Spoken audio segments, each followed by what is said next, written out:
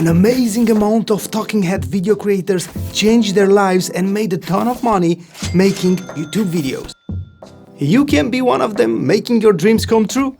Of course, you need some things to do it, and one of those things is a good and affordable setup.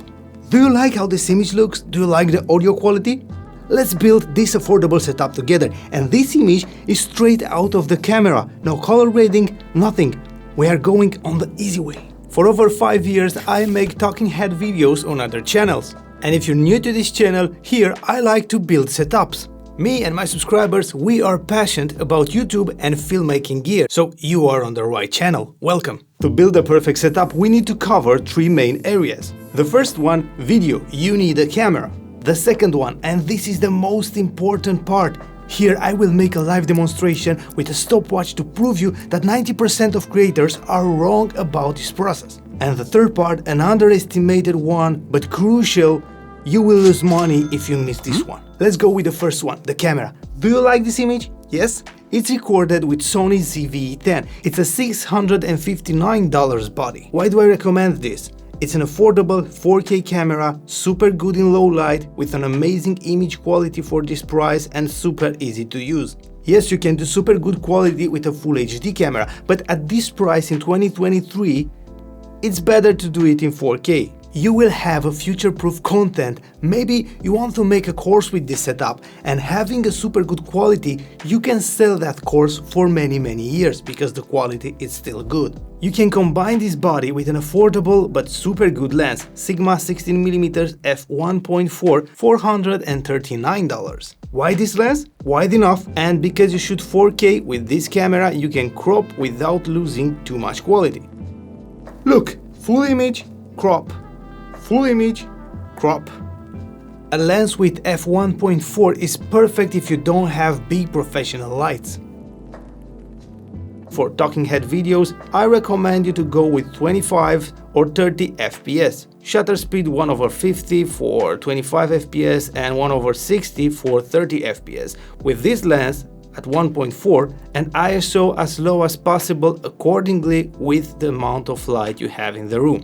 How do you know when the exposure is perfect? Activate Zebra, set it to 70 and raise the ISO until you will have lines on your face. And that's it, you're set with the image. Oh, those lines are just on the camera display, don't worry. Now let's go to the second part. Please pay attention to this one. Sound. Sound is the most important part of a video, especially if we are making a talking head video like this one. Look, if my video quality is getting lower and lower, you are still here because you can hear me well. We have many options when it comes to sound, but I will show you the best investment, the best solution in 2023. You will use this setup at least 5 years from now and it will still be the best in the world. Please, if you care about your content, use 32 bits float recording. It's affordable.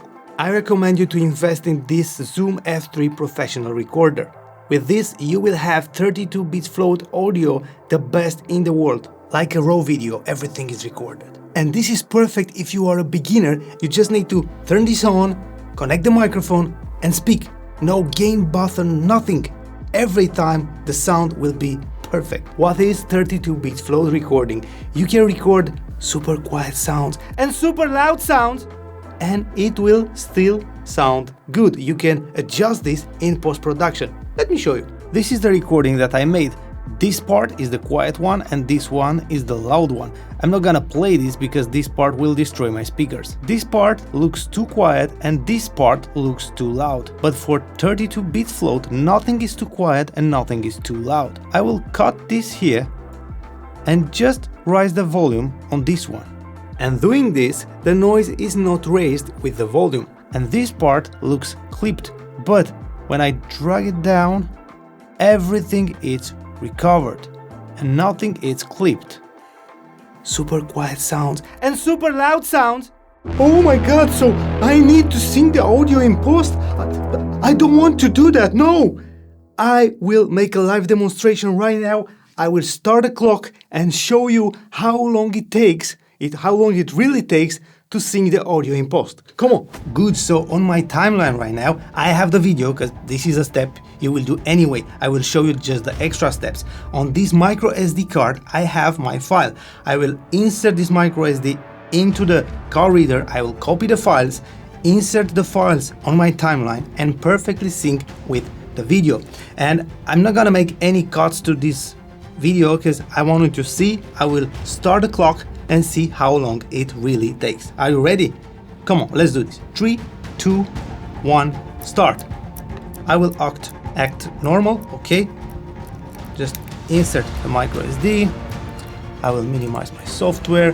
I will go on my micro SD card here. I will copy the file, is the last one. I will go on DaVinci. I will put the file on the timeline, select my video and the audio, and stop. 29 seconds to perfectly sync the external audio with the video. Come on guys, 29 seconds. This is a well invested time. 29 seconds to have a good sound. Come on guys, 29 seconds.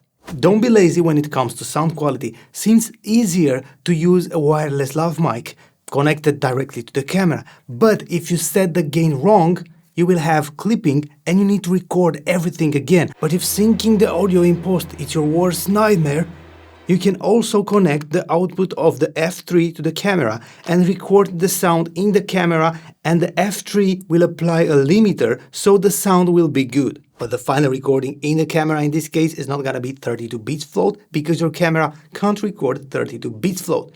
And a bonus now, because you use this recorder and you have two inputs, you can use two microphones and have the perfect setup for a podcast if you want to do that.